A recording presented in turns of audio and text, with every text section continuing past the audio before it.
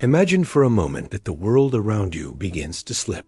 Colors become oversaturated, sounds distort, and the faces of your loved ones take on hidden, threatening meanings. Your mind, that private sanctuary, becomes the stage for a play you didn't write, with actors you don't know, and a script that terrifies you. This is the daily reality for millions. And the question arises, laden with fear and hope, is psychosis curable?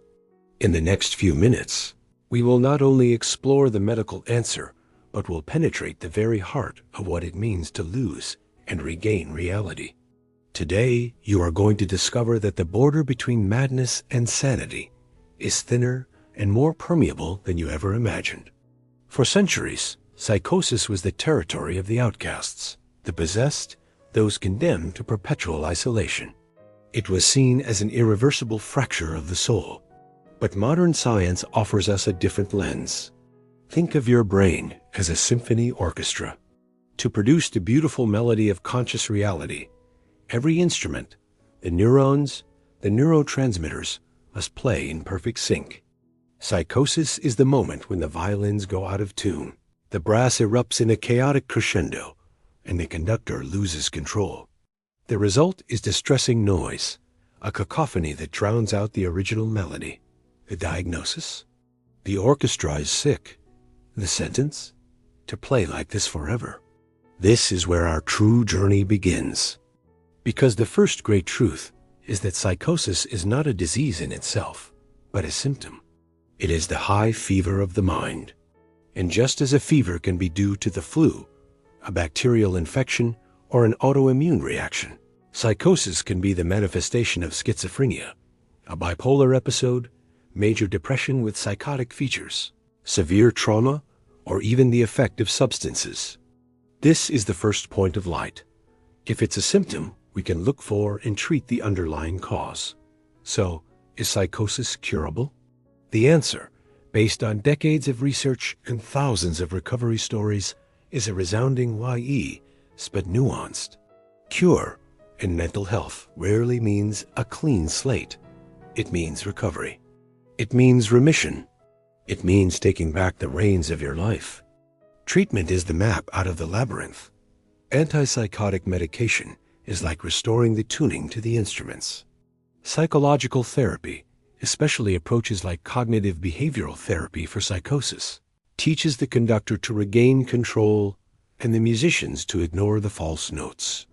And psychosocial support family, friends, support groups, occupation rebuilds the concert hall, that safe space where the orchestra can play again. Meet Aina.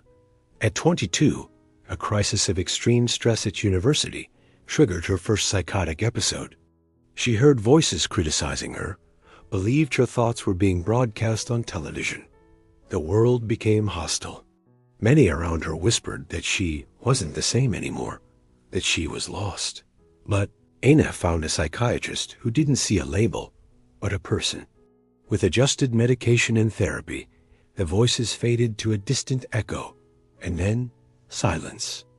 Today, 10 years later, Aina is a successful engineer, wife, and mother.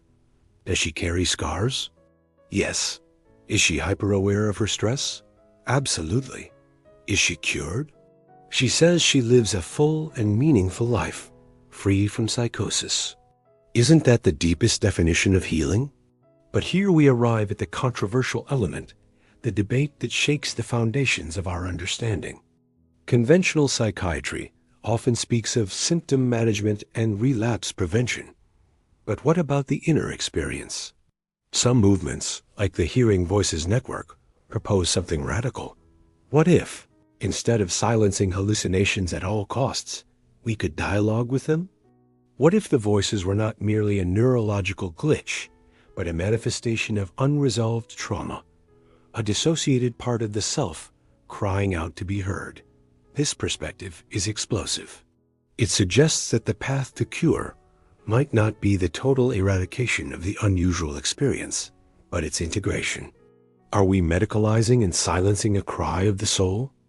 Is a cure a return to social normality, or a reconciliation with the darkest, most fractured parts of our being. This debate challenges the traditional medical narrative and forces us to ask, cured for whom? For the patient seeking peace, or for the society seeking order? Recovery is a unique, non-linear journey, full of advances and setbacks. There is no magic pill, but there is possibility. A real, tangible, and hopeful possibility. If this immersion into the mysteries and hopes of the mind has moved you, if it has challenged what you thought you knew, then this dialogue cannot end here. Your voice is an essential part of this exploration. Comment right now. Do you think society is ready to accept a definition of cure that includes coexisting with the mind's ghosts? Or is the only valid cure total silence? Like this video if you believe uncovering these topics is crucial for everyone. And subscribe to Psychology and Curiosities, because here we won't give you absolute truths, but the keys for you to discover your own. The conversation continues below. I'll be waiting for you.